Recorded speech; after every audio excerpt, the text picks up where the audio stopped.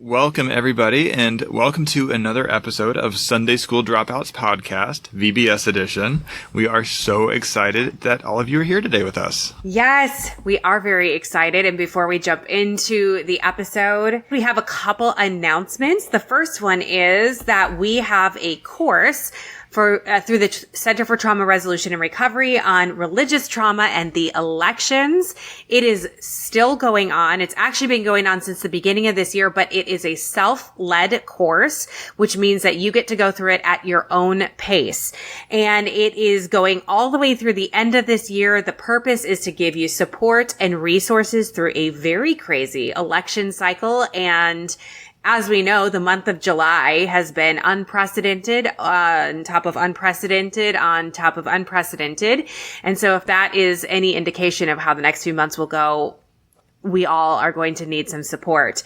So, you can go to our website, traumaresolutionandrecovery.com. You can click courses and it'll shoot you right over to the website. Use the code elections and you'll get a $20 discount. Yeah, it's a course. We're not telling you how to vote or who to vote for, but we are giving you support on how to navigate religious trauma triggers during this cycle, boundaries, the history of religion and politics, how to have conversations with friends and family members who you may not agree with, and all sorts of other things. And so it's there to support you because we know that this is a very, very crazy time. Yes, absolutely.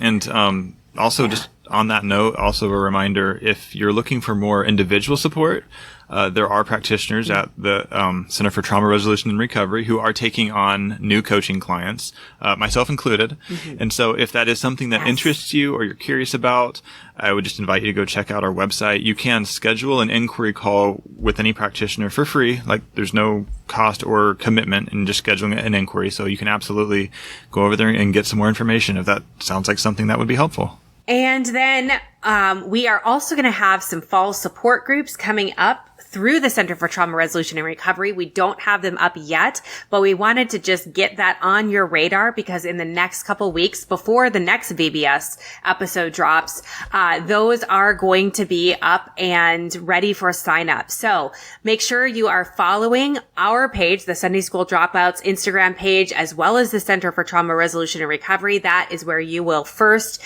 be notified of the groups that we have this fall. And you can also sign up for the newsletter, the CTRR newsletter, and you'll also get information that way. But there's some great groups that are coming, and I'm really excited about it. So yeah, just looking for all the ways that we can offer support so that people are hopefully having some resources that they can tap into because it's pretty wild out there. I'm very excited about our episode today, and yes, not only what we're talking about, but who is coming on the show to talk with us about it. Yeah, absolutely. Absolutely. So our VBS episodes they're a little different than some of our other episodes throughout the regular season where we are talking more about trauma. These are a little more, well, as VBS, a little more lighthearted, a little more conversational in some ways, I suppose. We're really excited today because we are going to be diving into the story of Job, which I'm sure many of you are familiar with if you grew up in church, any church, really. Mm-hmm. And I'm really excited about who we're having on the show. I'm really excited to have Kevin here. Usually he's more of behind the scenes, but it'll be really exciting to have him on the podcast. Yeah, I know I was saying this before we hit record, but I feel like the last two episodes that we have done for VBS, despite the fact that I went to Bible college, two Bible colleges, and have a degree in Bible, I feel like I've been learning more. Mostly because I'm allowed to critically think. And I learned so much on our last episode about just as we were navigating the whole story of Paul. And as people will hear in this episode, as we're talking, there is so much about the story of Job that I'm like realizing in real time. And I'm just like, oh my goodness, like this is stuff that I've never thought about before. because we never would have had that opportunity to do so.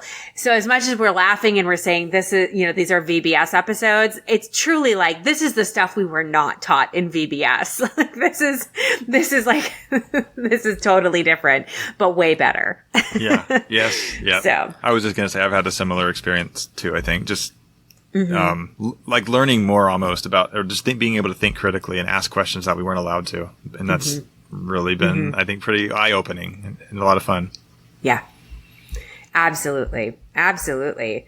All right. Well, Andrew, do you want to just start letting them know a little bit about our guest? We are excited today to welcome Kevin Crow to the podcast, or as you might know him on social media, Jesus Unfollower. Kevin is also the editor of our podcast, and we are excited to finally have him on this side of the episode with his hilarious takes, no-nonsense comebacks, and wisdom on what's happening in the world, deconstruction land, and Vacation Bible School. Kevin is a digital creator, podcaster, podcast editor, and YouTube expert. And as of just a few days ago, he is also a music creator, and you can hear his first AI single, How We Do It in the South, wherever you listen to music, or catch his music video on YouTube. We're excited for you to listen to our conversation with Kevin. Kevin, the Lord has just really put on my heart to talk about how wonderful it is that God has protected Trump and his ear from being shot off. Amen. Bless. Yeah. Amen. It's unfortunate for the other guy, who was standing behind him or whatever, but you can't question God's ways. Yeah, that's true. Really cannot question God's ways. He does know all, and he handpicked Donald Trump to be the president. And if I may add, he's still rightfully the president. Yes, yeah. According to some. Right. He never gave it up. Yeah. So technically then he should not be running for this term, right? Because he's already been president for the full 8 years, I double think term. So. I know. Okay. I'm not sure how that math works. But yeah, he's going for, I guess, a third consecutive term. I don't know. Third term. This makes sense. Yeah. What is that? There's like girl math, boy math, Trump math. Is that what we're saying? Yep. Okay. And by Trump math too, he also gets protected. He is now a martyr for the cause of the cross. Yeah. I feel like there was terms like that, right? Oh, yeah. Martyr for the cross. Yeah. A big time martyr for the cross. Yeah. And, so glad. Yeah. Yeah. It's funny that God will protect him, yet, when it comes time for, let's say, a school shooting or something like that, he just kind of lets that slide. But I guess, he's not using those children and teachers and things the way that he's using Trump. So I don't know. We can't question it. He had to save Trump so Trump could live to see Kid Rock and Hulk Hogan at the RNC. Right. I have to admit, I was a little bit disheartened with Hulk Hogan because he was like a childhood hero, and especially being from Minnesota, which is where he's originally from, got that connection there. But yeah, it is really disheartening to see. And it's really disheartening to see people rally around with that message. Yeah. That I didn't realize God Hulk Hogan saved was from Minnesota. I knew that Jesse Ventura is from Minnesota. That's sure is. He was the governor. Wrestling state. He was. Yeah. We are known for things. Paul Bunyan, Jesse Ventura, Hulk Hogan, things like that. And yeah. Big lakes. Men. Yeah. A lot of lakes. Yeah. Yeah. And he might not be from Minnesota. He might have just lived in Minnesota. I don't remember what the story is. If we have any Hulk Hogan apologists that want to come on and correct me, I am happy to stand corrected. But yeah. I mean, he's out there, singing glory be to God for the saving of Trump. But yeah, nobody's talking about the person who died, the other people who are injured, and just the irony of all of this within a party that preaches absolutely zero controls, zero, kind of guardrails in place. And their leader had an assassination attempt on him. And I just want to go on the record to say, like, despite political differences, I do not believe anybody deserves to be murdered. That's, I think that that's fair to say. Yeah. And also the way that this is being framed, and with a political figure like this being kind of placed on this pedestal of martyrdom, to me is concerning on multiple levels, not least of which is like the spiritual levels, where we're now seeing people being like, oh, this is fulfillment of prophecy. And I had these spiritual dreams, and like comparing him to, what was it? Peter, who got his ear cut off, before Jesus died on the cross, and all these things. And I'm like, really, people? Like, this is ridiculous to me. I don't know. It just seems way out of left. Well, I was going to say way out of left field. That's not true, though.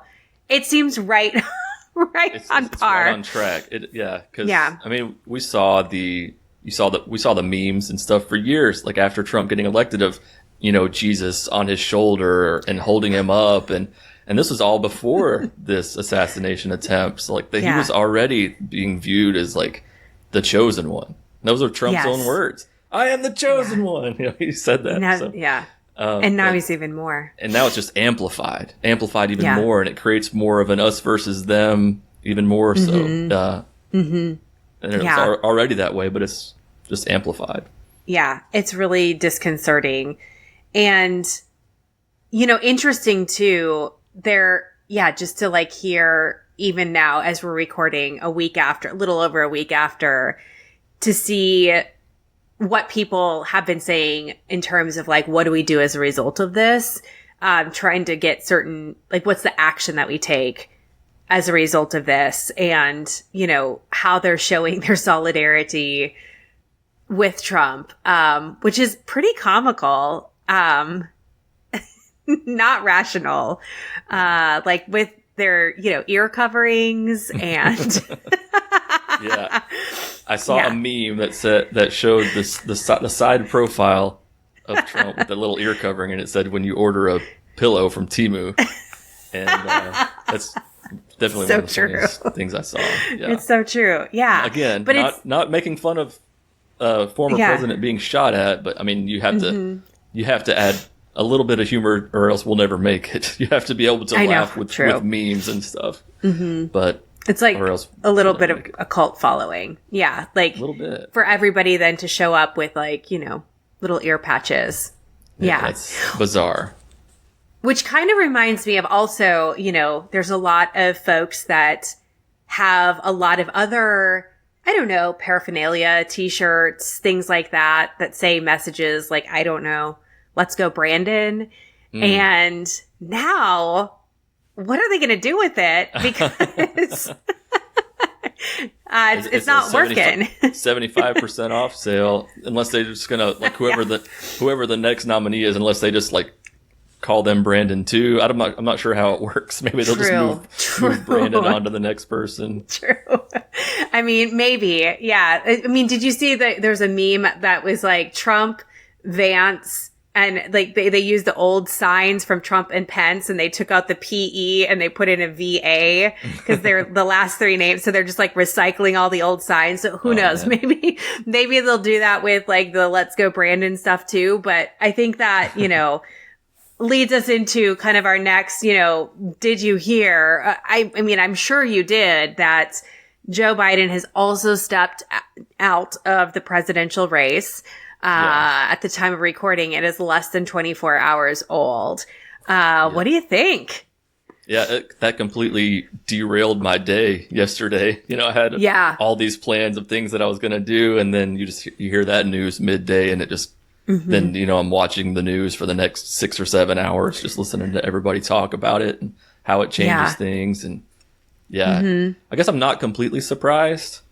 It felt like it was like going to happen eventually or imminent. Like there was just more and more pressure leading to it, and it just felt like it was inevitable. But still a little surprising to see, because you just like when it's actually in writing of this is happening.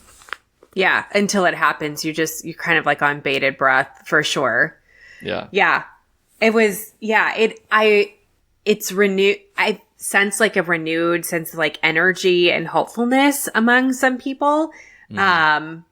I've also seen a lot of really funny memes that, now there is the what kind of the argument of like, Trump is now the oldest man in the race and perhaps it's time for him to step down too. Yeah. We're worried about his mental faculties and he's too feeble to do this. And hey, didn't he say that the only reason he was running is because Biden is running and he saw what Biden did to the country? So now if Biden is not running, hey, you don't have to run either, buddy. Let's get new people in there. Let's just get all new people in there. I know. It could be a good thing. It could be a good thing. There's some scary stuff that's happening for sure. Let's get some people in there who were born after World War II, It's not the worst thing in the world.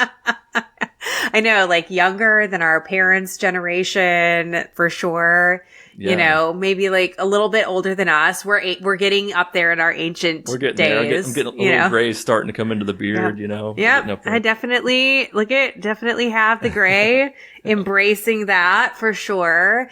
But get some younger people. Hopefully the new Democratic nominee will be a little bit younger. I think all of the people on the docket are much younger. Yeah, there's something about like not worrying about whether or not your nominee is going to be able to like, make it up on the stage or finish the sentence and stuff. That really is like, there is a little more hope that comes from that of like, you don't have to worry that that sentence is going to take a left turn at Albuquerque, and end up somewhere completely different. So.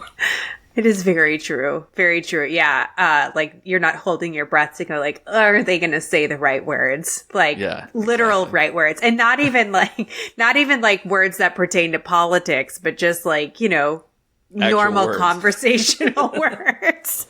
Yeah, exactly. That's true. Yeah. Yeah. Super, super happy that we're, that part like of our anxiety can like take a low.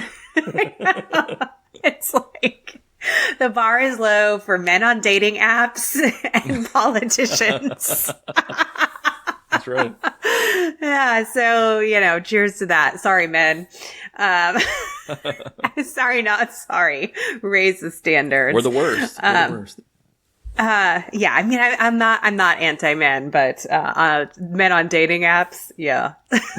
And politicians who can't say words. Yeah. Yeah. Anyways, I'm excited to see what comes, and it definitely brings a renewed sense of hope. That is for sure. Well, the last thing I was wondering if you heard about was talking about old men, another older guy. Maybe that's just like the theme of our episode. Old men. Old men who do shitty things. I don't know. The new name for the podcast. Old men who do shitty things. I feel like that could be a whole Instagram account. Like we could have people sliding into the DMs and giving their accounts. Okay, we need to trademark that as fast as possible and get on that because this is an idea. So we'd hit 1 million followers in no time. Exactly. Okay, cut this part out, and we don't want anybody to have this idea. That's right. If you go to look it up, it's already taken.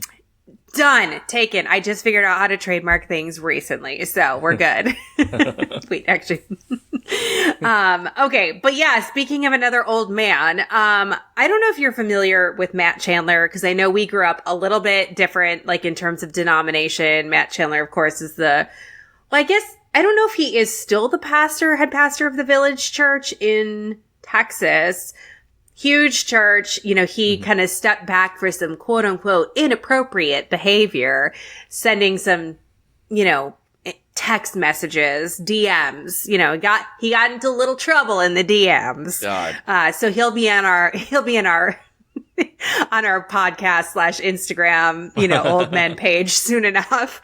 But he's our age, so he's not quite there yet. Oh, yeah. He doesn't meet the qualifications quite yet. Doesn't meet the qualifications, but the apple doesn't fall far from the tree, because there was a story that just came out that talked about his dad, confessed to sexually abusing a child, years ago, but then was given full reign of Chandler's church, one of the campuses of Chandler's church. And I can't remember if he was a janitor or some other position where he just had the full freedom to be in the church at any point. And I'm just kind of like, oh, really? Enablers. Mm-hmm. Like, and they get so worked up about the hypothetical threats. That's what cracks me up. Like they're worried about who's going in what bathroom and all this stuff when the real threat is right in front of you. Like, actual things happen and you ignore that and you think about all this other stuff that could happen hypothetically and you're just so worried about the wrong things. Mm-hmm. Yeah, but he probably confessed his sin, and all sin is equal at the foot of the cross. Ugh. So God. So I had a visceral reaction to that, but that's what they say. Just a little slap on the wrist. That's kind of dangerous thinking, isn't it? Like all sin is the same. Get away from me if you think like that. That's wild. Mm-hmm. I mean, that used to be my way of thinking too, which now I see is so, so harmful, but so shameful also, because it's like saying, I told this person a lie because, for whatever reason. And that's on par with murdering somebody.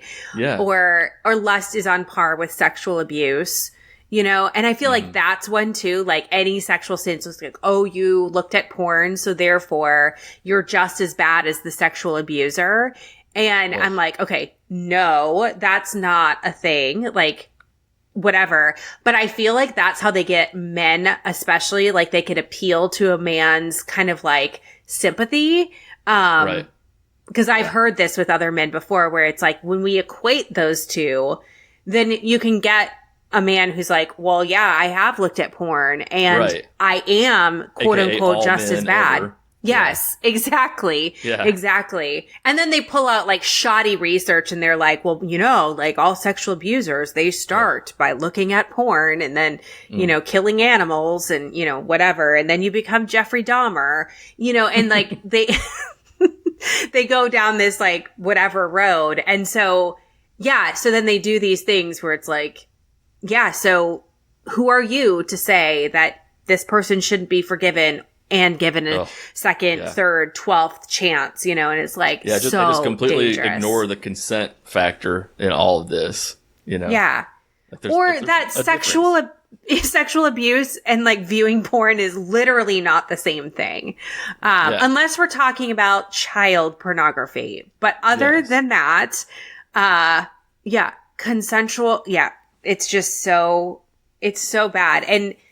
And this idea that like, you can do this and it's known that you have done this and you still have access to this large church campus, which children roam all over the place without their parents. I mean, churches are supposed to be so safe. So parents aren't watching their kids and they automatically trust other people that are there, especially if those people are working for the church. Yeah. Especially if that person is the father of the pastor. Yeah. Like, how do you not see that, like, you are using your position of power and control?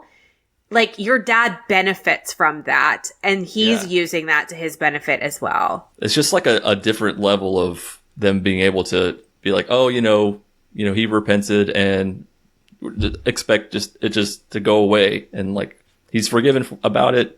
Then it's just like a clean slate, and why not? He deserves to be here. I think what blows me away is that this is still happening. That despite everything, I say it blows me away, but then also I'm like, it doesn't blow me away. But like, despite everything that's been happening, say, just even for the last decade, where social media has drastically changed the way that people have been able to get their stories out, that information can be shared, that the truth can actually come out into the light. It shocks me that we have somebody like Matt Chandler, who it has already taken a step back because he's been found out to be having inappropriate DMs. And he doesn't think, Like, there's this thing that also is in my family history tied to my church. Like, either you're that stupid or you are like sociopathic in the sense that you truly don't believe that the rules apply to you, which is the definition of a sociopath. Yeah, they don't expect their power to be able to be challenged, and like they can just like who's gonna stop us from doing this? Like, yeah, which I mean, precedent says they're not wrong. Yeah, like, unfortunately.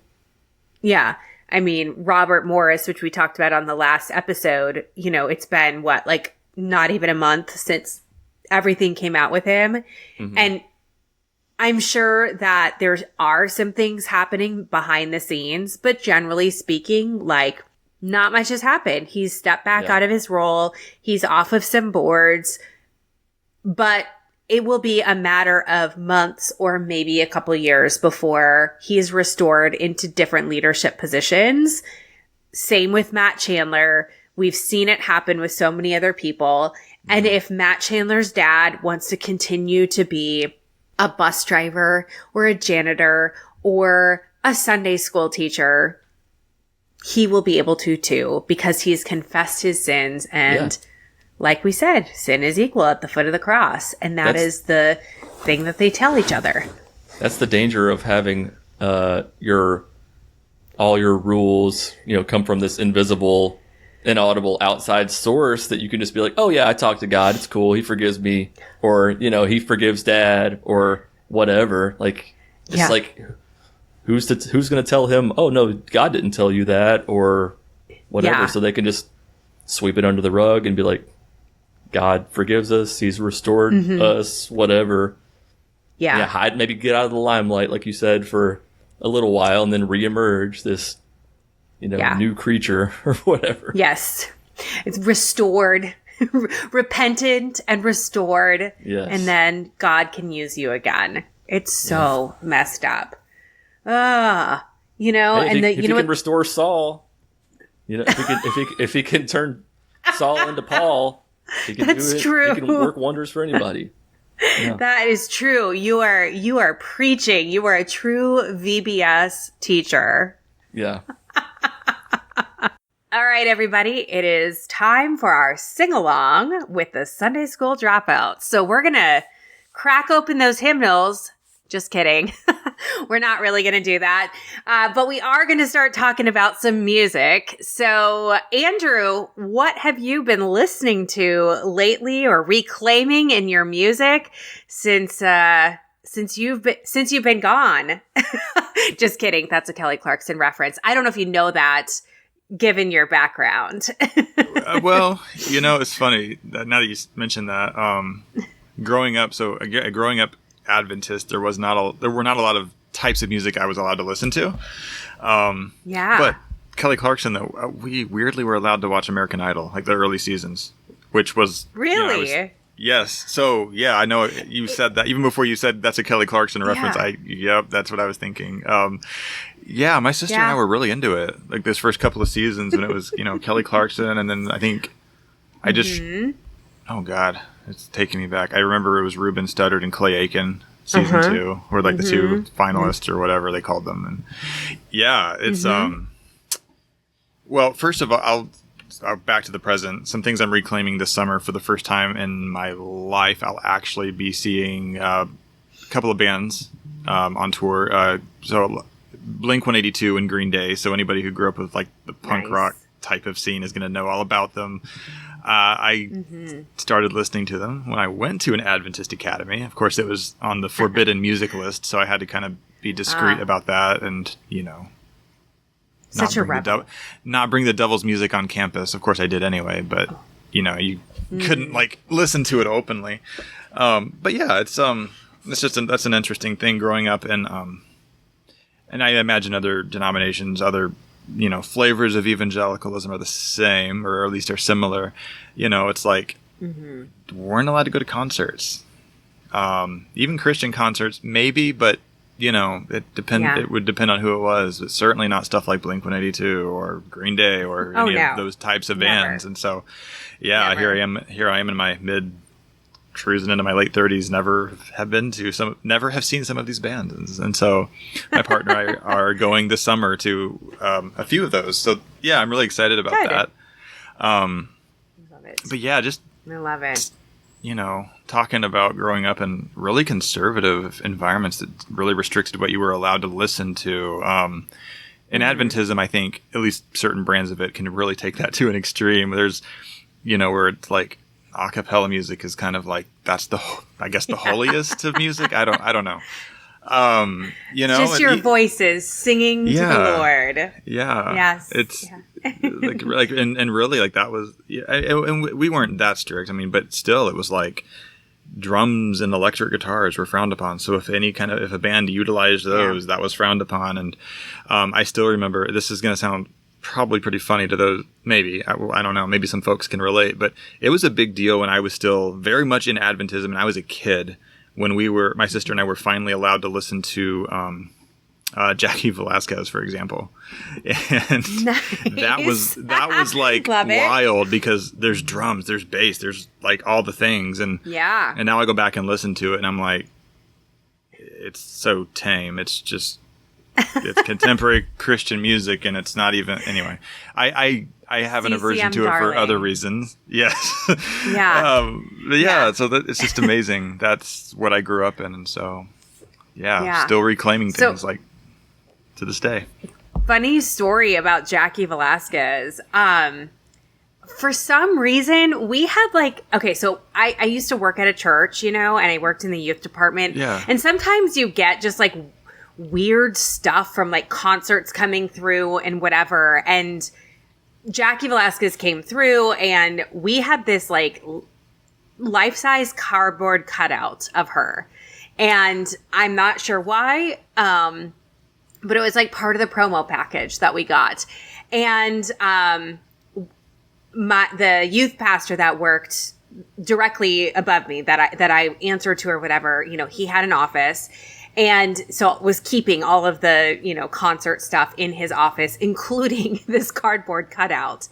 And he had to preach one Sunday morning and, walked into his office, and Jackie, of course, is, standing up in the corner of the office and like legitimately thought it was me just hanging out in the corner of his office, like at 6 a.m. on a Sunday morning. And was like, Laura, what are you doing in my office? And then realized, of course, that it was not me. It was Jackie's cardboard cutout. Cause I guess I like slightly favored her back in the day. We had dark hair, freckled skin, so we did, there was, I guess, a slight, look, and we're short and, whatever. But and so then then the Jackie, cardboard cutout got brought everywhere to try to freak people out so that I would, be always watching, Oh my gosh, that's amazing. I was going to ask you, ask, do you still have this cardboard cutout by any chance? But it sounds like maybe not. I do not. Shockingly. Yeah. She's in the corner of my room, actually. Yeah. No, wow. I do not. I let the church keep it. So you know what? It's been 20 years or so. It's possible they still have it. They keep all that stuff. Wow. Wow. Oh, that's so interesting. That's just funny. Even just talking about her and her music, it's, it's funny. We talk a lot about trauma and just stuff like her music, and this is probably a couple years ago. I had this experience. I was going back listening to stuff that I hadn't heard in probably 25 years. And her music was a very specific time in my life when, anyway, I was in the middle of Adventism, just all the things, and going back and listening to it, like, just kind of took me right back to where I was in those spaces. And the biggest thing that I felt was honestly nausea.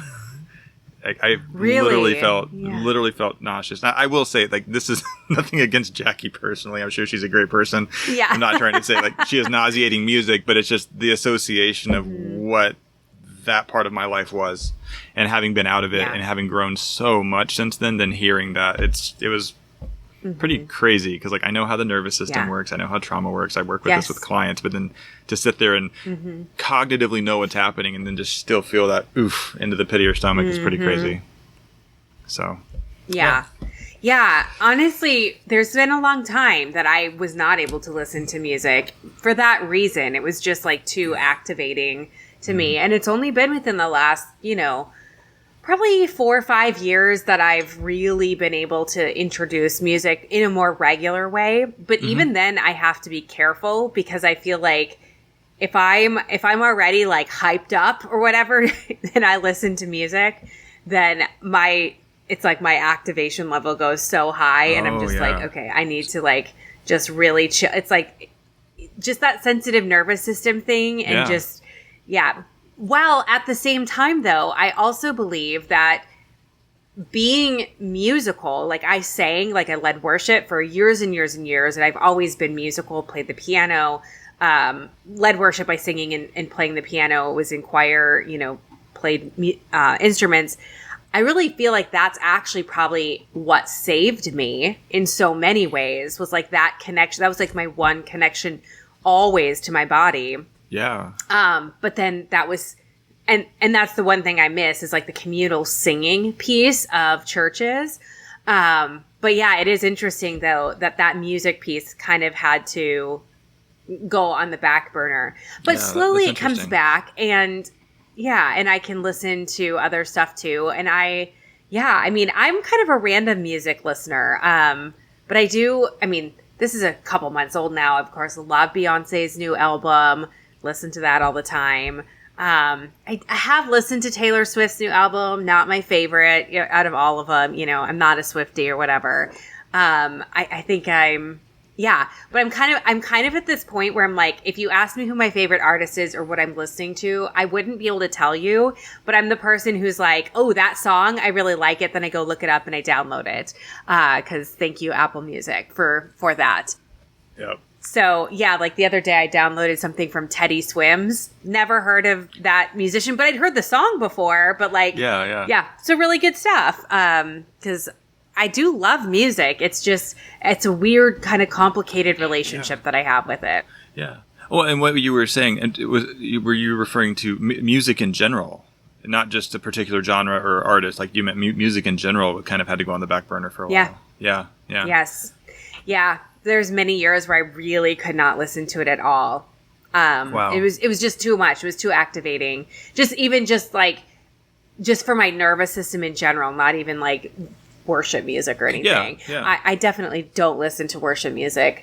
However, that's where I can tell, like in my own trauma work, if I hear worship music on, which is more frequent than you think since I live in the South and it's like you just walk in public places and people are listening, but I don't get triggered by that anymore. Although it does stick in my head for a long time. And I'm just like, really? Ugh. I have to spend like days like perseverating on, I don't know, How Great Is Our God by Chris Tomlin. That's not my favorite, but oh well. I know. It's funny. There have been times where my partner and I have been out in public, like in a store or even a grocery store, like not little privately owned businesses, but like a big chain or whatever. Mm-hmm. And she didn't grow up in the church like I did. And so it's always funny. I'll be like, I know this song. I know this artist. And he's like, who is it? And I'm like, it's whatever. Like, this Casting Crowns. Like, don't ask me. I don't want to talk about it, but that's Casting Crowns. Or that's Mercy Me. He's like, oh, that takes me back about 20 years. And yeah, you're right. It's not uncommon. In the fetal position. Yeah. Yeah. I can usually tune it out, but it's one of those things where like, I'll hear that. I'll just hear it in the background. And even subconsciously, I'll already know what it is before I consciously know what it is. I know. Yeah, it's interesting. I know. Yeah. I mean, there's many times where like I'll be working with, I'll be talking with clients or whatever, or friends, and I'm empathizing with their experience and it's like, oh yeah, I can only imagine what that's like or whatever. And I'm still like, I automatically, it's like, I can only imagine, I can only imagine. And I'm just like, why? Why is that what I always go to? I'm just trying to be a kind human being who's empathizing, and Mercy Me now is in my head. So, oh my God. I'm glad I'm not the only one that happens to. Yeah. that song specifically. I mean, yeah. Always. There's just some songs that it will always go back to that. So, anyways, yeah. Well, music is a good thing, but it's been a good song time. yeah, it has. Yeah, I think it's good just talking about processing some of the stuff, all the fun parts of religious trauma. Okay. Are we ready to get into God's Word? Open up that good book. Open up that good book. I realized the last time that we had our episode, so I pulled open my Bible. It's the only Bible that I currently own, and I had not opened it for years. And it was actually like peeling, like on the binder here, and it was like all over me. Oh, it's still peeling. Cool. Anyways, I mean, it's peeling because I use it so much. That's what I was about to say. It's because you just read it nonstop. It's falling apart. Well worn, well loved. But I'm excited today because we are talking about an entire book, but really just one man. And his name is Job. So, you are the person who chose Job, and I'm just curious if you want to share with us what made you choose dear old Job? I just think Job got such a raw deal, Yeah. He's God's faithful servant. He's, everything you're supposed to be, and he just had it all just taken away from him, just for shits and giggles. Yeah. Apparently. But he did get it back. So silver lining. with an asterisk. I mean, all of his kids got wiped out. He got new ones. They weren't quite the same kids that he had before, but hey. That doesn't count? I guess you have to build whole new relationships with full-grown kids. I don't know how that works. Apparently, yeah. Yeah. I have to admit, now, did you ever watch Arrested Development? I started it. It's one of those shows where I watched the first season and I liked it, but I never picked it back up. Yeah, because one of the characters' names in the show is Job, but it's spelled G-O-B, and so he's always called Gob. And so whenever I started watching it, whenever I see Job, that's all I think now is Gob. So we can talk about the Book of Gob. But yeah, did you were you a Bible reader when you were in religion? I read the Book of Gob? I read the Book of Gob. I read the whole Bible. It was mainly a reread the New Testament 1,000 times was kind of how it was. Because we had the Old Testament for reference and for the history and the stories and the laws and all that. But really, since Jesus came along, we really only need the New Testament. So true. I would read through that a million times. Yeah. Not so much the Old Testament. Yeah. I was a real Christian, so I read through all of it many, many times. Yeah. Yeah. And probably because I'm in an Enneagram 4, there was something alluring to the Book of Gob. But it struck me though, I had never thought about it until you said hey, let's do this for an episode. Just how casual, Satan could access God. I know. He just strolls up to the throne, hey, right? I got an idea. Let me take the elevator from hell to heaven and just be let me... For real. Let me talk to you, my lord. I know you hate me. It's like Shark Tank. It's like a Shark Tank pitch. He goes up there pitching to God. And is there a special room? Because if heaven is perfect, then surely Satan can't be allowed. So is there a special the imperfect room? The lobby of heaven. He's in the lobby out there. It's over an intercom. He's hey God, I know we used to be besties. It's like Seinfeld, I know when George is on the little speaker outside and Jerry lets him up. That's how it is. Yeah. Yeah. And so, just this casual, hey, I kind of want to fuck with somebody. And so I'm going to just ask God if I can do it. But also, God kind of gets his rocks off going along with the plan. Yeah, so I like what you're cooking up here, Satan. Let's fuck with him a little bit. It's a little bit like, basically like every 90s, early 2000s rom-com where it's like, you're dared to do something and the other person is also dared to do something. And it's like, they're both like, they have this plan behind the scenes and then they both find out and they're so wounded, but then they can't totally be wounded because the other person actually was playing them too. That's literally what this is, A very sick game. Yes, exactly. It's a sick game. Yeah. I'm pretty proud of that analogy. Yeah. I mean, this is how to lose a guy in 10 days, but like how to lose your servant by killing all of his livestock and family. And let's just assume here that everything in the Bible is literal. I mean, then like God literally took everything away from him. Yeah. Literally. That's terrible. Yeah. That's the only way you're supposed to take the Bible, isn't it? And that everything's literal. Isn't that what? Because then if you start saying this is a metaphor, that's a metaphor, then it all can become metaphor, and then it's all bullshit. And then it's like, oh shit, that's then a slippery slope. We don't have a Bible. Laura. Yeah. Oh, dang it! I hate when I go down those slippery slopes. My bad. You gotta watch out. Watch your footing. Crawl back up. But I feel like God was pretty abusive, like to let somebody mess around with somebody else just to prove a point. And, I think I would like to go on the record by saying that abusing someone to show your power is not love. I would agree with that. Not love. Thank you. And God really doesn't even give much of a point as to why he lets it happen. I mean, he just kind of lets it happen. He lets him suffer. And then at the end, he's just kind of like, don't question me. That's pretty much it. It's just a power dynamic thing. He's just puffing his chest out. Peacocking, totally. Yeah. Peacocking. God, the peacock. Yeah, but it is like, it moves from like, it's almost like, I mean, I know we're skipping ahead in the story, but it's like, God's like, I'm going to fuck with this dude because like Satan and I are sparring.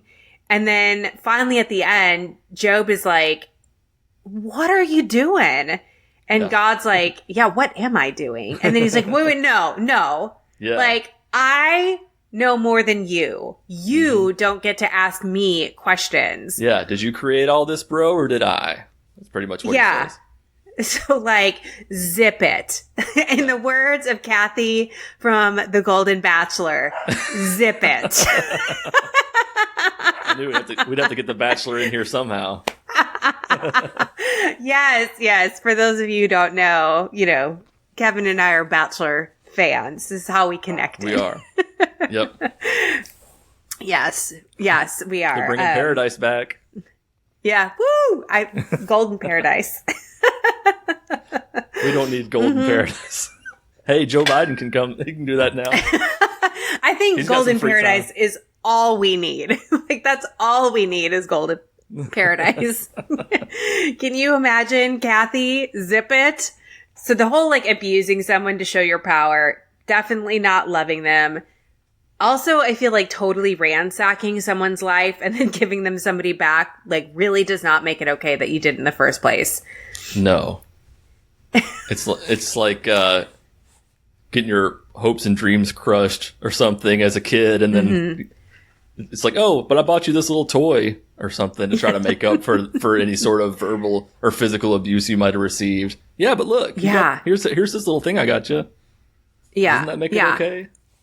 Absolutely. The more I think about it, I mean, I know we'll get to it at the end, but I'm just like, the lessons I think that I took from it when I was growing up, I now see in such a different light. Just, I was always taught like, okay, this is a story of grief. This is a story of like trusting God. This is a story of all these things. Yeah. And I'm like, this is not.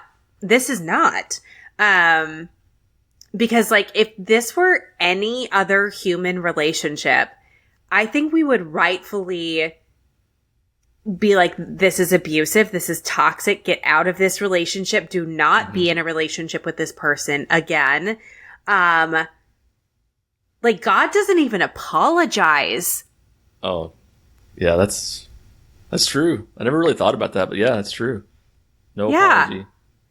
It's a dangerous lesson that we're supposed to be taught from this. Like, just don't question things, I think is like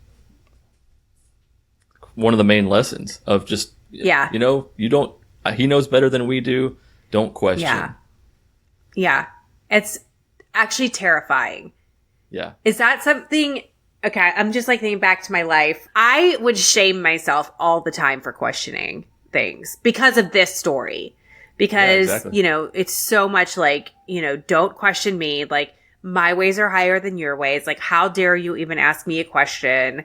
Whatever. And that was like always like my foundation. Like, do not question God. Which meant that I just oftentimes just took everything on the chin, even if it was abuse. Like, because who am I to, if God is in control of everything, it means he's in control of this situation. So who am I to question it? Yeah. And it's like, if Job was this, as close to being a perfect servant as you could possibly be, that brings in the shame piece more of like, I'm no Job, you know, so who am I to question? Who am I? Yeah, exactly. It's funny because when we were doing the episode the last time about Paul, I was like, wow, I feel like I learned more about the story of Paul in that episode, despite the fact that I went to Bible college. You know, I learned more in that episode about Paul than I ever did in school. And I feel like the same is happening. Well, just in terms of like critical thinking, you know? Right. You know, and like the practical implications of this type of, like the type of thinking that, that comes out of this.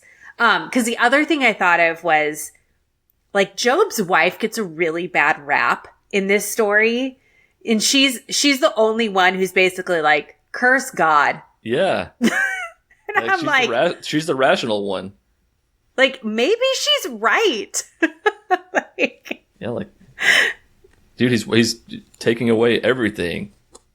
Yeah. She lost everything too. She lost her own children. Yeah.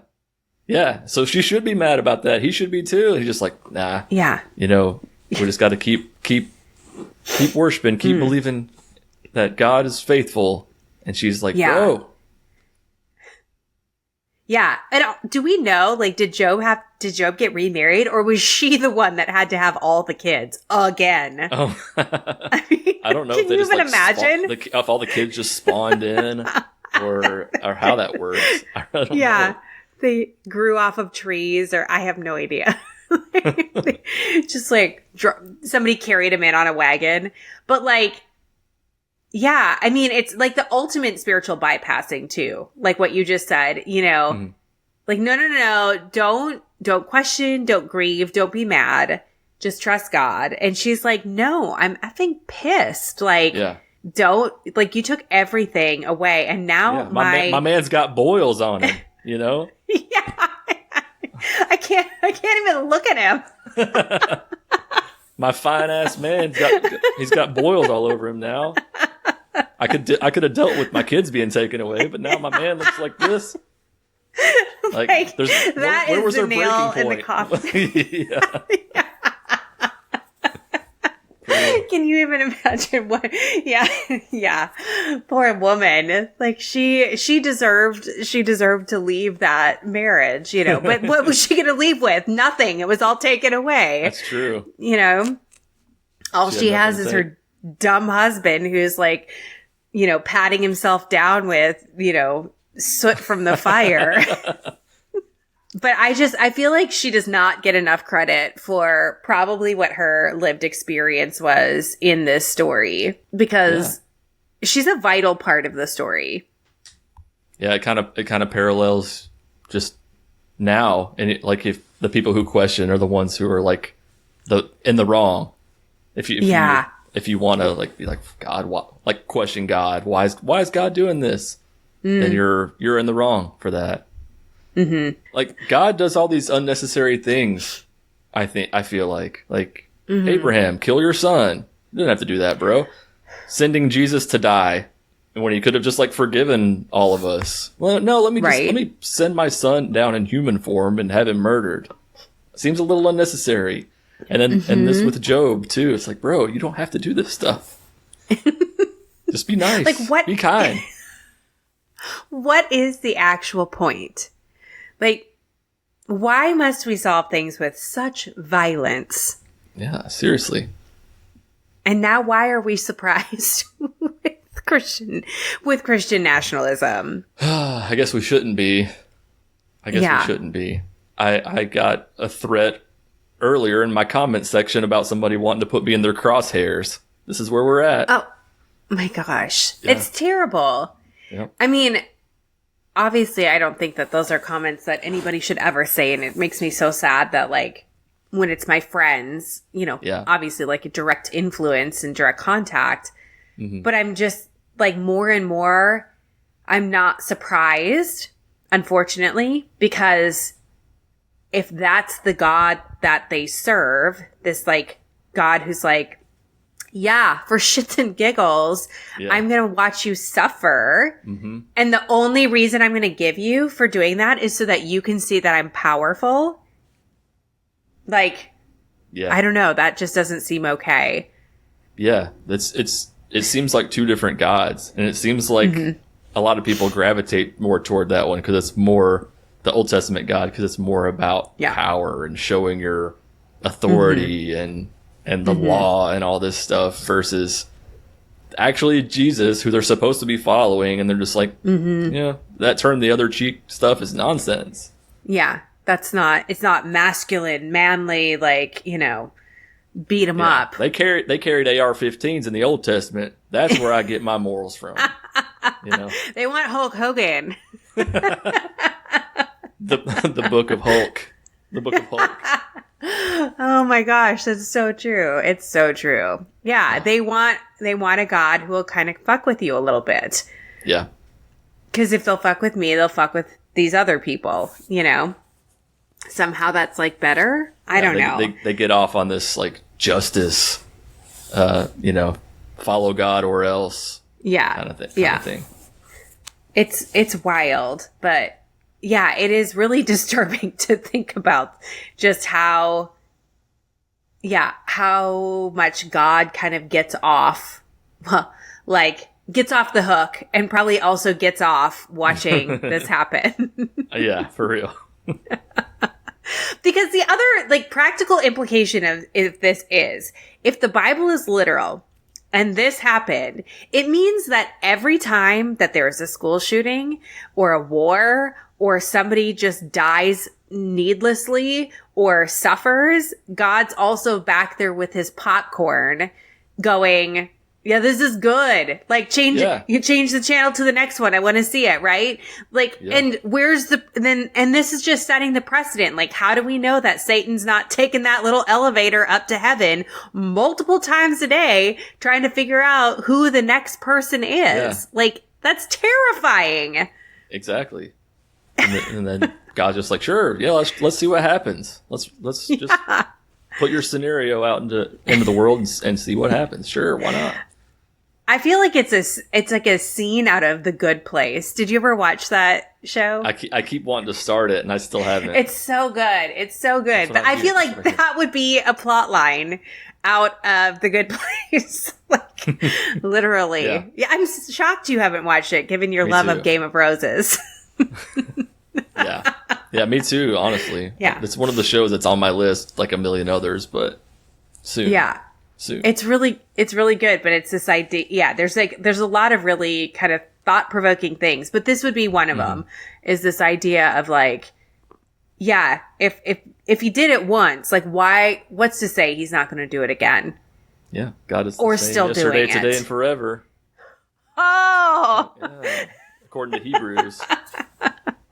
I feel like there needs to be one of those like Maury Povich, in the background of that, because that's like. I use that one frequently because it's like, hey, do you? God doesn't change. Same God. You guys forget. Same God. Yeah. True. That's true.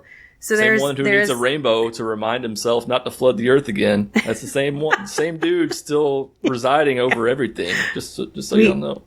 Yeah, we don't know that elevator is not broken. Yeah, he's probably got a fucking fast pass.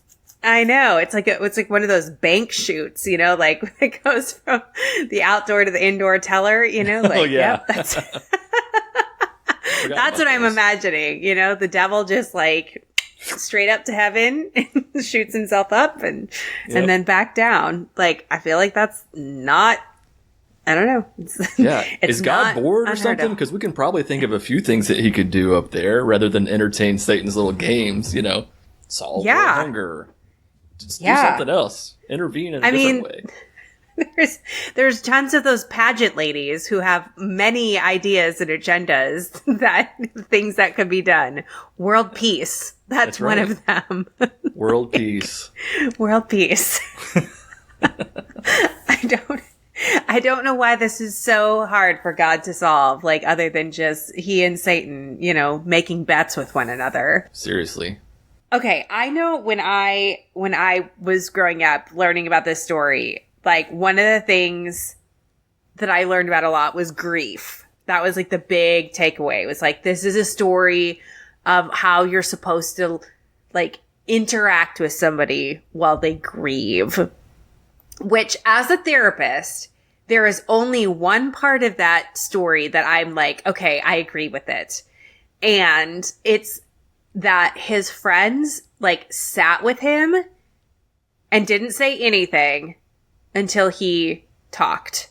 And I was like, okay, that piece I can get on board with, of just like showing up for your friends, and not having to like do anything other than just be there and be present. Yeah. Mm-hmm. Yeah. Which I'm like, okay, I can do that.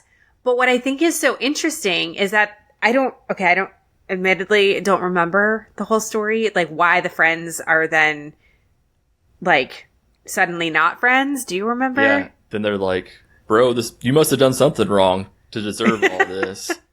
And then you're like, oh, damn, I liked it when you guys were just kind of sitting here listening to me before you opened your mouth.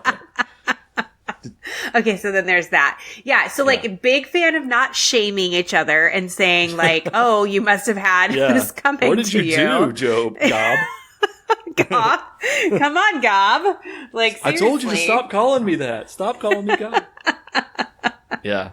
So like big fan of not engaging in that behavior, but like other than that, I mean, yeah, I would totally sit with somebody in grief. Like that piece I like, but then just keep your inside thoughts to yourself. Like, yeah, for real. Yeah. To be supportive for your friend, not accusatory. Yeah. Exactly. Be but I guess they were scared of God too. They don't want to question him either. Maybe they thought that all their shit would get fucked up too. True. By association. Yeah. Like Gob and Associates.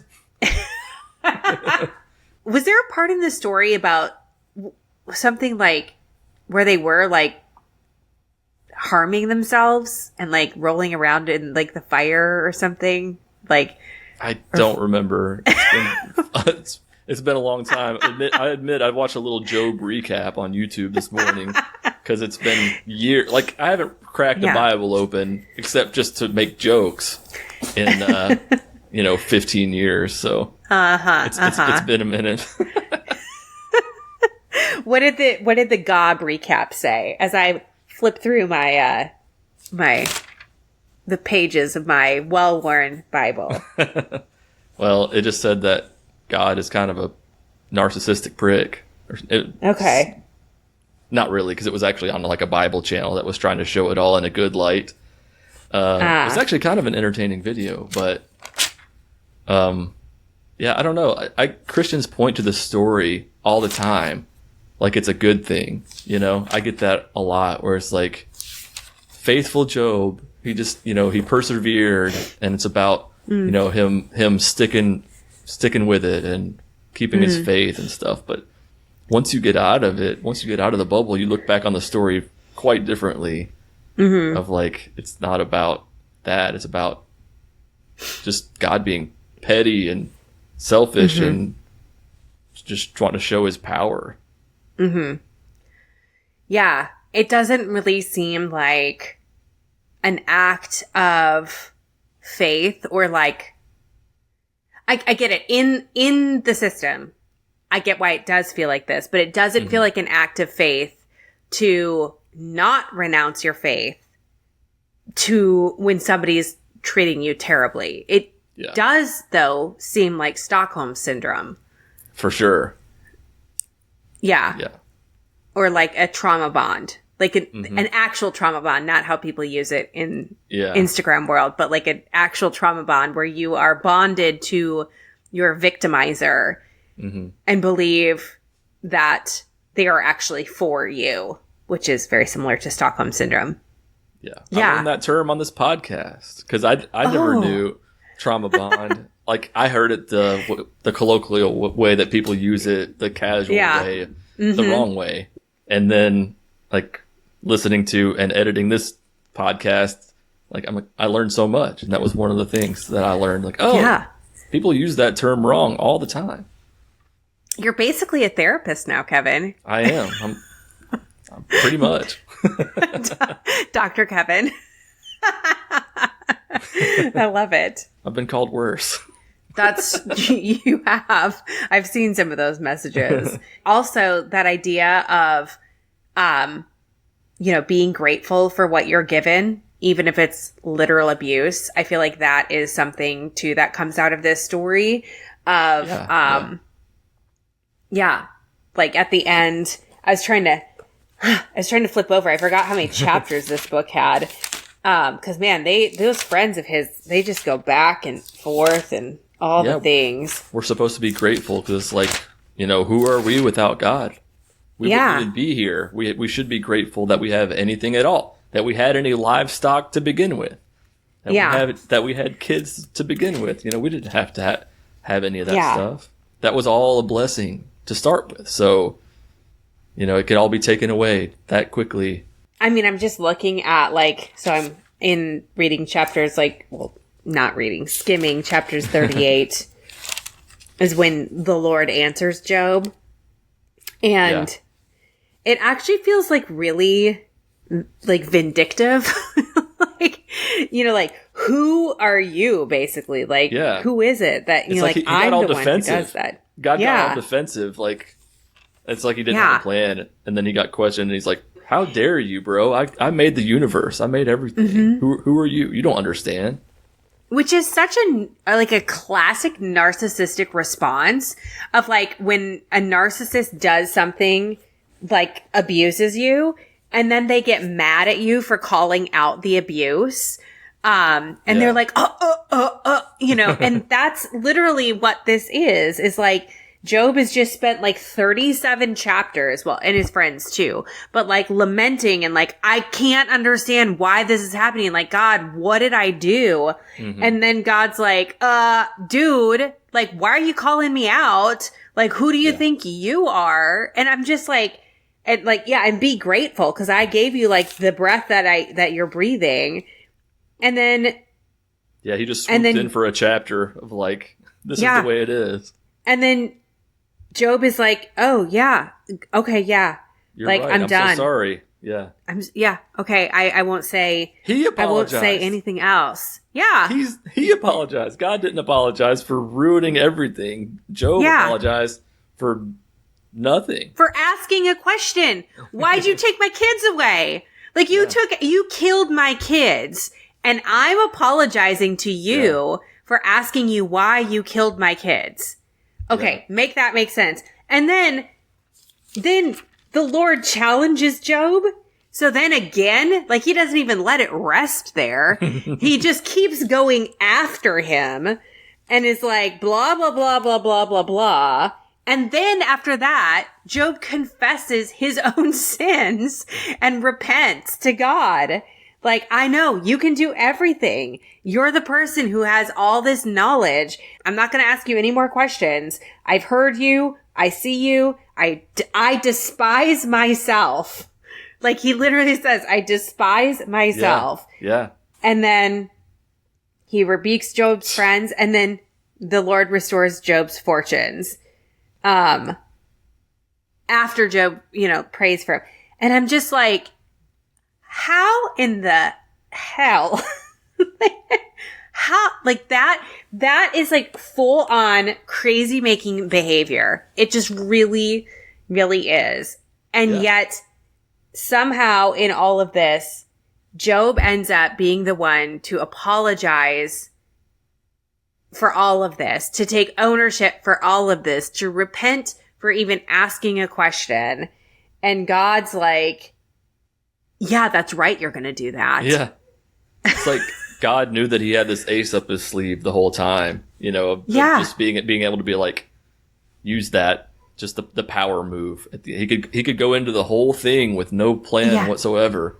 And then at the end, just remind him of how powerful he is and that Job is nothing.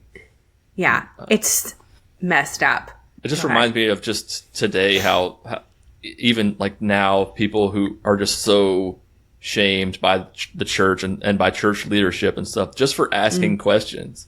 Mm-hmm. And, I think Job is one of those books that they can cite and be like, look what Job did. Don't question. How dare you question? Yeah. Cause then they can also say too, like whatever you're going through is like nothing compared to that. Mm-hmm. Yeah. And so if if Job could agree to not question, then surely you can agree. Like your little petty little questions are nothing, Yeah. It's a silencing technique. Of course. Yeah. Which, the other place that I see that happen a lot is in like domestically violent relationships. Yeah. Like in my office, I've been in one before. Like, it's like, oh, I know why this feels so familiar, because like it's literal abuse. Yeah. It's take God's name off of it and replace it with a person doing these things. Yeah. Like, what a monster. Yeah. Absolutely. Yeah. It's just wild to me. It's such a toxic and terrible example. Like, if somebody is hurting us, we should ask why. Yes. We should stop that, we should stop we should end the relationship. We should ask why, we can demand answers, and we may not always get the answers, but and the other thing is too, like, you don't even have to know the answers in order to say, like, I'm out. Like, yeah, you can just leave. Yeah, just based on the treatment. Yeah. Just based on on the actions. Like, yeah. You don't have to like wait for them to give you an answer and then somehow, be like, oh, maybe they are right. Yeah. But I think that's like the nature of like the psychological abuse, or the psychological kind of, way that like trap that people get into in abusive relationships, which also includes or can include religion. And in this case, it's like with God. That feels, I don't know. It just feels really, really gross to me. It does. Yeah. Yeah. This is such a good VBS story. It's so light and fun. I know. Oh my God. Is this what you were taught in VBS? I never went to VBS. You didn't. I'm what they call not a true Christian. No, I didn't because as a kid, we went to Baptist churches like, we would go to church once or twice a month just on Sundays. I didn't really get into church until I was in my teen years and stuff. And so I never did any VBS stuff ever. And so it's totally new to me. So this is my first VBS experience. You're so lucky. It's everything I hoped it would be. What was it? Yeah. Yeah. I'll make sure that I send you some like goldfish crackers and everything. I feel like I've missed out on snacks and arts and crafts. Yeah, I mean, it just really is. It really is the best. Yeah. Well, full disclosure, I did not learn this in VBS either, because I imagine that if I had, I feel like things might have turned out a little bit differently. Yeah, maybe so. Yeah. They might have told the story with a little bit of a different angle. Yeah. Yeah. Like, hey, this is the abuse cycle that we're talking about. It's right here in this book. I can imagine that the parents in the back of the sanctuary would have been horrified. They would have definitely stopped their sanctified gossiping to be like, what is going on? But yeah, anything else that you want to add to the story of Gob? No, just I think that, I don't know if God's ways are higher than our ways comes from this story or not, but it seems to be a huge, like overarching theme of the story is that, God's ways are higher than our ways, and just don't question, and it's just a dangerous thing to say to anybody. Yeah, it is, because it really teaches you to not trust yourself. Yeah. And to question everything in yourself too. Like, yeah, it doesn't matter what you think, want, feel, or what the facts are. Yeah. Yeah. You just have to assume that you're wrong. God's ways are higher. That's right. No, I mean, I'm sure I got that from other passages in the Bible too, but this one feels the most relevant in terms of like where it seemed to be most like succinctly talked about, kind of like, God didn't say it exactly in those words, but said it like, yeah, you don't get me. Like, you're basically too dumb to understand what my ways are. And so zip it again. Yeah. And then poor Job just ends up apologizing at the end. Yeah. It's just like the whole book is just like, this is why abuse is okay. That's like the whole thing that it promotes is like, God abusing him is just totally fine and apparently deserved, which is crazy. It's a blueprint. I've never thought of this before, but it's a blueprint for abuse, like how to abuse. It truly is. Like, let me fuck with you. You ask me why. I turn it around, make it your fault, get you to apologize. Then we move into this honeymoon stage where everything's great. I give you everything that you want, so you forget about what I've just done, and then we do it all over again. Yep. Especially if you're a person who has some sort of power, in power of some kind, like even more so. Yeah, like the God of the universe. Yeah, that guy. Or the devil of the universe too, because apparently he has a lot of power too. Yeah. Well, because that's the part we didn't even mention is the fact that like Satan comes up there and goes, "Hey, I want to mess with this guy." God goes, "Okay." And God could have stopped it at any point. Yeah. So his only rule was don't kill the guy. Yeah. Like, that was it. It's like sadistic.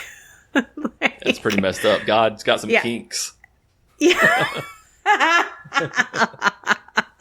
For sure. Totally does. We don't need to know what else is happening in that lobby. No, we don't. Maybe that's why Satan has such easy access. That's true. That's true. Maybe the lobby is like a sin zone or something like that. Not saying that kinks are sins, but I'm sure they're not allowed in heaven. And so, so who knows? But God signed off on all of this, and he was definitely eating his golden laced popcorn. Yeah, he was just curious. He was like, "Hell yeah, I've never thought of that." Like he's just chilling up there, bored. That sounds like a great idea. Yeah, because he's either doing that, or he's like, I've totally thought of this. I've just been waiting for Satan to come and think it's his idea so that he can do what I've been wanting to, which is even worse, also abusive, like, let's just be clear about that. So. God, everything makes me think of The Office. And so I just thought of that episode where Dwight is trying to get Jim fired, but he makes Andy think that it's his idea. So like when you were saying that, it just made me think of The Office, like everything does. Maybe that's what was happening. Who knows? In the literal Bible, what was happening? Yeah. And who knows what's metaphorical and what's supposed to be literal. Exactly. Just, it's all a toss-up. Yeah. And how much we can be just blaming on the devil today. Yeah, the devil I think I'm going to start using that. Comparatively. Yeah. He just at least encourages you to be yourself. But don't do too much, because perhaps then you will catch the eye of God and he will want to mess with you. Yeah. Yeah. Or he'll let the devil, give the devil the idea to do it, and they'll have fun together. Classic God. Classic. I will encourage anybody to go watch Dark Matter 2525's video on YouTube about the Book of Job, because it's really funny. It's an old atheist YouTube channel. I think the video is like 12 or 14 years old, but go watch that because it's hilarious. All right, you'll have to send that to me. We'll put it in the show notes. But yeah, anything else that you are taking away from the Book of Job, the Book of Gob, any wisdom that you would like to impart on our Sunday school dropouts, straight from the mouth of Kevin. I was going to say the words of the Lord, but through you. Just remember that God never changes. He's always the same. So that same God who does all this shit, it's the same one who's here now. Same God. That's Praise my wisdom. Praise be. Yeah, Praise under be. his eye. And for people who are wanting to follow you for more of your wisdom and humor, where can they find you? I'm at Jesus Unfollower on everything, or you can go to jesusunfollower.com. That's my link tree. It's got all my stuff. YouTube, Instagram, TikTok, all that. I love it. Yes, make sure to go follow Jesus Unfollower. He's got great stuff, including amazing new music videos and songs. Right. He's an artiste. Maybe I'll have like a worship album one of these days. I just thought of an idea. I'll tell you later. Okay. I've gotten too many of my ideas that are You have a whole ideas notebook going. I know. About Instagram accounts that we have to start, and podcast ideas, music Seriously. ideas. So many. I'll tell you that after we stop. But thank you for being with us today. And, I'm sure Andrew will miss this conversation, but I know he's been communing with the Lord, and, you gotta stay prayed up.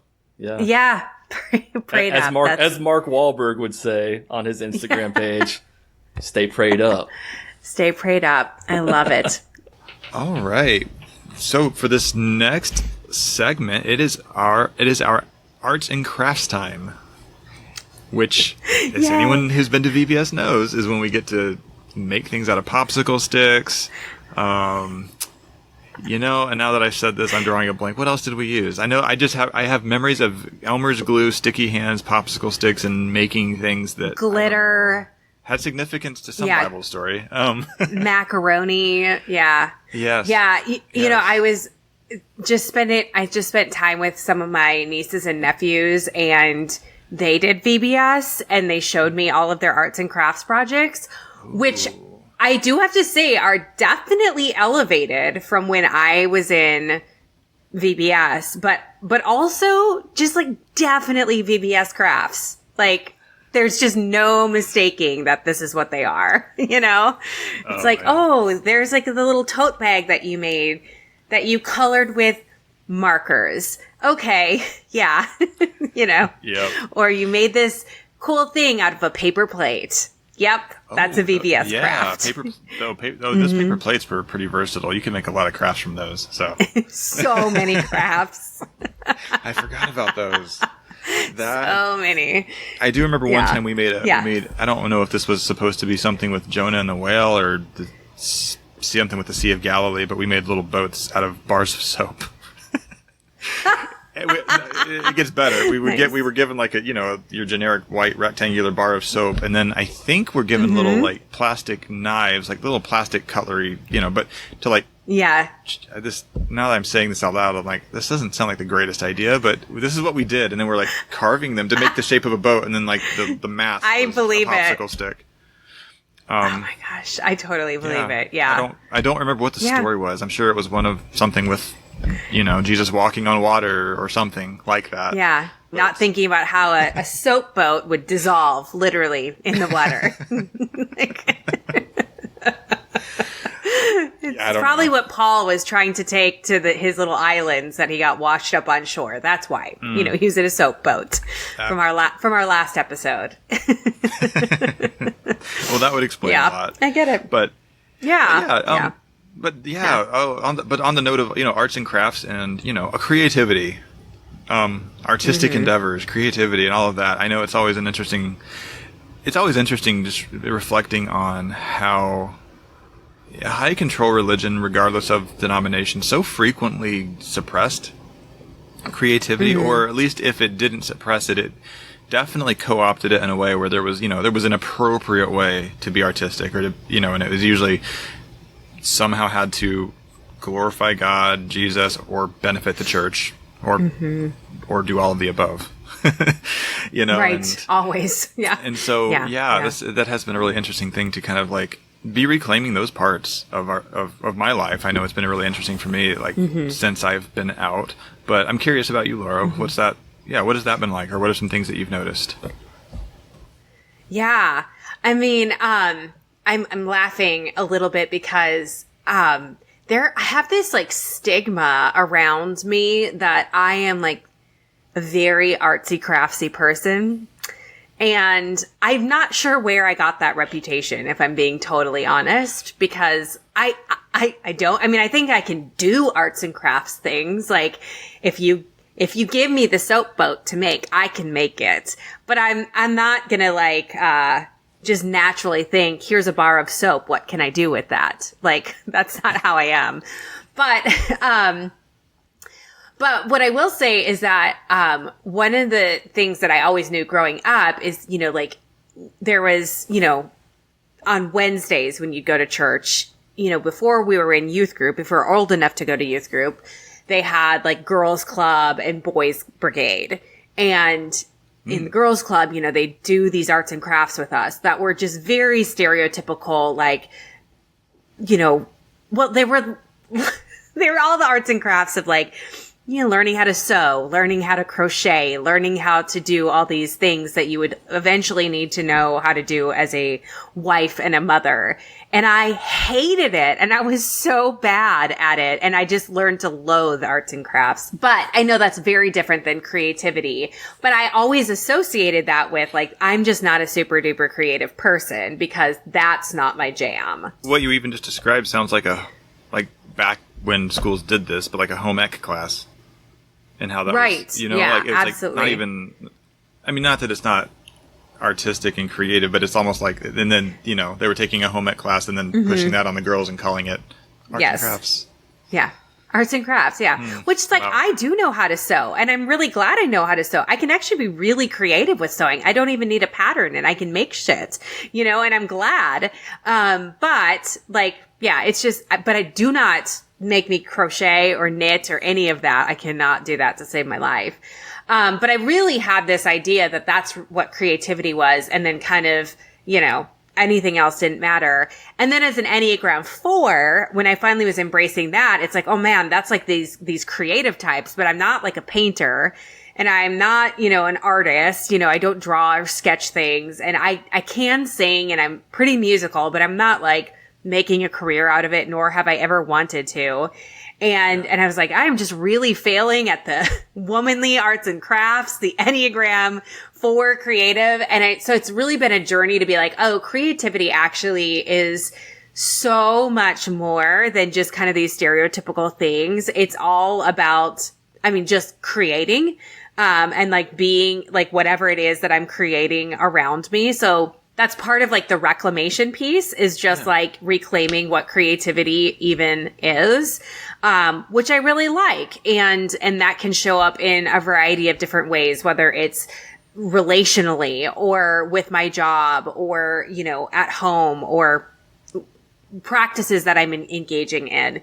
So that there's that piece. But then practically speaking, in terms of more of an artistic or stereotypical creative way, writing is obviously something that I like, and I'm in the process of writing another book and getting a book proposal out, which is really nice. Fun. And through that, I'm meeting with all these different people who are being interviewed for the book. And that's part of this creative process as well, which has just been so fun. Even before we got on this to do this today, to record today, I was meeting with somebody, and it's been really interesting to hear people's stories and like have that be a part of this creative process that other people are joining me in that. So yeah, that's kind of been a little bit of how I've reclaimed it, and knowing too that writing, like through the form of journaling and everything, has been my one constant thing since I was very, very young. I would say it's my spiritual practice, actually. Since I was very young, it's been the one way that I've always expressed myself. So now to have this way that I can also share that with other people, that feels pretty good. Yeah. So, and I can say for me, certainly the piece with writing specifically really resonates, just because I know growing up in the church, it was a thing where if you were writing, writing was encouraged if you were, writing Bible studies or things like that, or small group study curriculum or something. But like creative writing, especially, it really was not encouraged, and so like, and I grew up, of course, reading stuff like, Chronicles of Narnia, because I was, one of the things I was allowed to read. Of course. And thought it was amazing and wanted to write stuff like that. But, but just how much of that's discouraged because, it's frivolous. It doesn't glorify God. There's no point, even fiction writing as a whole. And so, but, literary arts and all of that's always been something that I've really loved. And it's interesting. I've even seen this across my lifespan, like this feeling of like, almost like this internalized guilt or shame about spending too much time doing that if it doesn't really serve a concrete purpose. And I even have an example that's not religious. I was a history major before I did counseling. And, so like I do actually have a lot of history books just for fun. That sounds crazy if you're not a history person, I realize, but like I just enjoy it. And it's like I'll read them just because I like them. But it was even getting to a point where it's like, like even that I got into a place where it's like, I almost felt like, I'm gaining knowledge. And so I'm justified in reading this. Like I should be reading this. It serves a purpose. Whereas then suddenly I'm picking up a novel that is by a writer that I like, but it's not academic. It's not historical. It's not, it's just for leisure essentially. And then like, oh, I really probably shouldn't be wasting too much time with this. And that was even after I left the church, still having some of that internalized, like, is this really worth doing? So it's even been in just the past few years that I've really been kind of figuring that stuff out, that, like creativity, playfulness, leisure, intentionally taking time for stuff like that is really important. And so anyway, that's just something I've noticed, and that's definitely writing and reading both, just all of that is definitely something that I've been very intentionally trying to do more of, but not even do more of it in the sense of the volume of it, but just doing things, reading things, creating things that I want to just because I want to. No other reason beyond that. I love that. Yeah. That's so great. Huge way of reclaiming post-fundamentalism for sure. Because you're right. That's not encouraged. It's not encouraged in those systems. Pleasure, joy, excitement. I love that. That's great. Well, I think this has been such a good episode. It's been good to have you back from your journeys. And great to have Kevin as a guest on our episode today. And I don't know about you, but I'm excited for our next episode that we have coming up as well. I am too. I'm really looking forward to it. Yeah, we're going on a field trip for this next episode, and you guys will be able to see it, be a part of it, but yeah, any initial thoughts or teasing that you want to do, Andrew, for our August VBS? Oh, yeah. Well, one little thing I was looking at, it maybe has changed now because, it's a summertime, but I think there was chance of thunderstorms at one point that I was seeing, which I thought was appropriate. Mm-hmm. Ironic. Very appropriate. I was praying for rain. That's what I was going to do, was pray for rain. Yeah. Which was a band that I listened to, a Christian band that I listened to growing up. But I'm familiar with that one. Pray for rain. Pray for rain. Pray for okay. rain. PFR. Yeah. Yeah. Well, they started off as pray for rain, and then apparently that was trademarked, so then they had to go with PFR. Yeah, but that was their group name, and they have a song named that too. But I was thinking for our field trip, I might pray for rain to get us in the mood, really set the ambiance for what we're going to be doing. Yeah. That'll be great. The only thing I'm thinking, because this is, like a VBS field trip, the only thing we're missing is we need to be able to pull up in one of those 15-passenger church vans that says Sunday school dropouts on the side.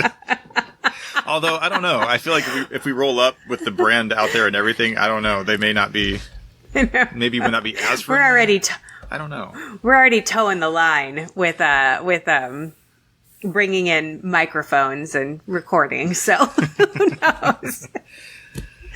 But I am excited for everybody to be joining us to participate through observation from our field trip that we are going to take and reflections. And I think we'll just keep teasing it until closer to the time we drop some video from it, because it'll be pretty fun. Yeah, it'll be fun. I'm looking forward to it. And just hanging out with everybody. So, yes. Yeah. So make sure you join us again next month. And then, in September, we'll be starting back with our regular episodes, season 2. We have some great guests that we're already starting to line up. I'm excited. We've some really cool things planned. And, I'm just excited for everything we have coming up. It'll be good. So, with that, I think, all God's people said, Amen.